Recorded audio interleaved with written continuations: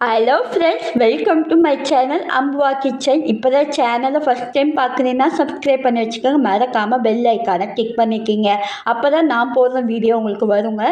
அன்றாட லைஃப்பில் நம்ம யூஸ் பண்ணக்கூடிய சின்ன சின்ன டிப்ஸ் தாங்க உங்க கூட நான் ஷேர் பண்ண வந்திருக்கேன். என் சேனலை இப்போ தான் பார்க்குறீங்க, மறக்காமல் சப்ஸ்கிரைப் பண்ணிக்கிங்க, பெல் ஐக்கானை கிளிக் பண்ணிக்கிங்க. வீடியோ பிடிச்சதை லைக் பண்ணுங்கள். வாங்க வீடியோக்குள்ளே போகலாம்.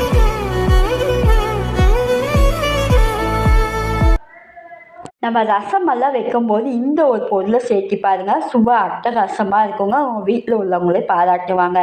நம்ம ரசத்துக்கெல்லாம் எப்பவும் போல் கூட்டி வச்சுருப்போம், மிளகு, ஜீரகம், கருவேப்பிலை, மல்லித்தழை. இந்த டைமில் வந்து ஒரு 1/4 ஸ்பூன் சர்க்கரை போட்டு நீங்கள் மிக்ஸ் பண்ணி விடுங்க.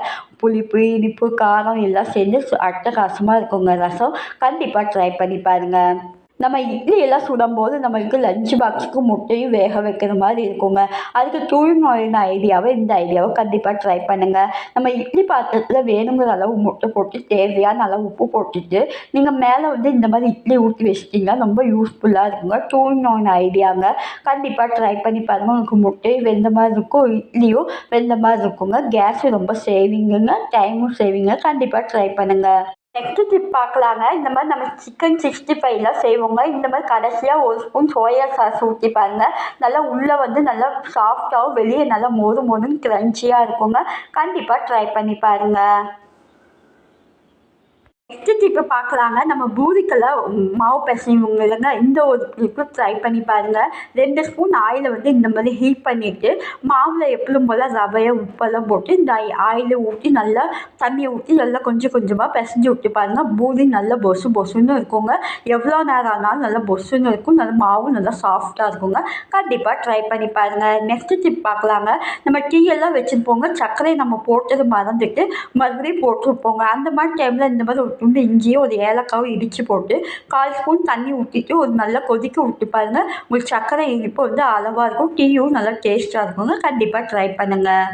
நம்ம கேப்சிக்கெல்லாம் கட் பண்ணும்போது இந்த மாதிரி கட் பண்ணி பாருங்கள். உங்களுக்கு ஈஸியாக கட் பண்ணிடலாங்க. இந்த மாதிரி கேப்சிகம் இந்த மேல் பகுதியில் இந்த மாதிரி வரி வரியாக இருக்குங்க. அதில் நேராக இந்த மாதிரி கத்தி வச்சு இந்த மாதிரி கீறி விட்டு பாருங்கள். பூ தனியாக விதை தனியாக அழகாக வந்துடுங்க. காய் இந்த மாதிரி அழகாக நம்ம ஈஸியாக கட் பண்ணிடலாங்க. ரொம்ப யூஸ்ஃபுல்லான ஐடியாவாக கண்டிப்பாக ட்ரை பண்ணி பாருங்கள்.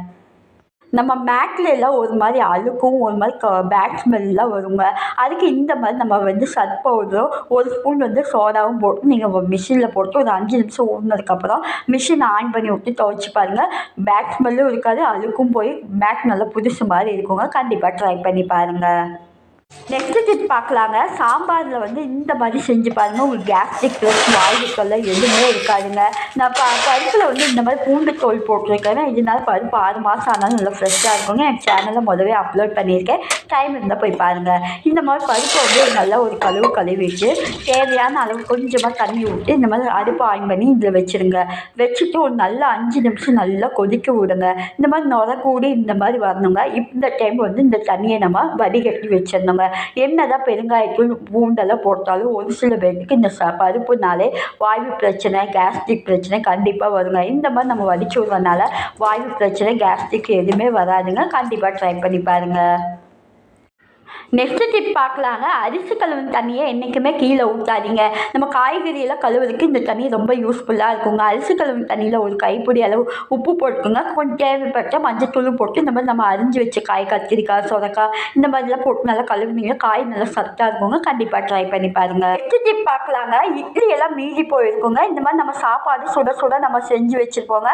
அந்த மாதிரி சூடான சாப்பாட்டில் நம்ம இந்த இட்லி போட்டு நீங்கள் மூடி வச்சுட்டு ஒரு 5 நிமிஷம் கழிச்சு பாருங்கள். நல்லா இட்லி நல்லா சாஃப்டாக இப்போ சுட்ட இட்லி மாதிரி நல்லா பஞ்சாட்டம் இருக்குங்க. கண்டிப்பாக ட்ரை பண்ணுங்கள். நெக்ஸ்ட் டிப் பார்க்கலாங்க.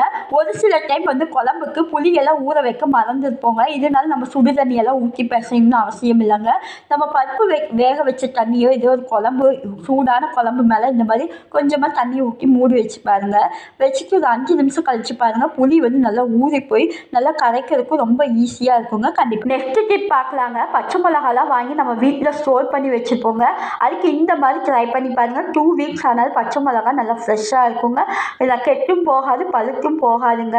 நம்ம பச்சை மிளகாலாம் காம்பு வாங்கி க்ளீன் பண்ணிவிட்டு இந்த மாதிரி ஒரு 1/4 ஸ்பூன் வந்து மஞ்சத்தூள் போட்டு நல்லா ப்ரெஸ் பண்ணி விடுங்க. இதனால வந்து 2 வீக் ஆனாலும் பச்சை மிளகா கெட்டும் போகாமல் பழுத்தும் போகாமல் நல்லா ஃப்ரெஷ்ஷாக இருக்குங்க.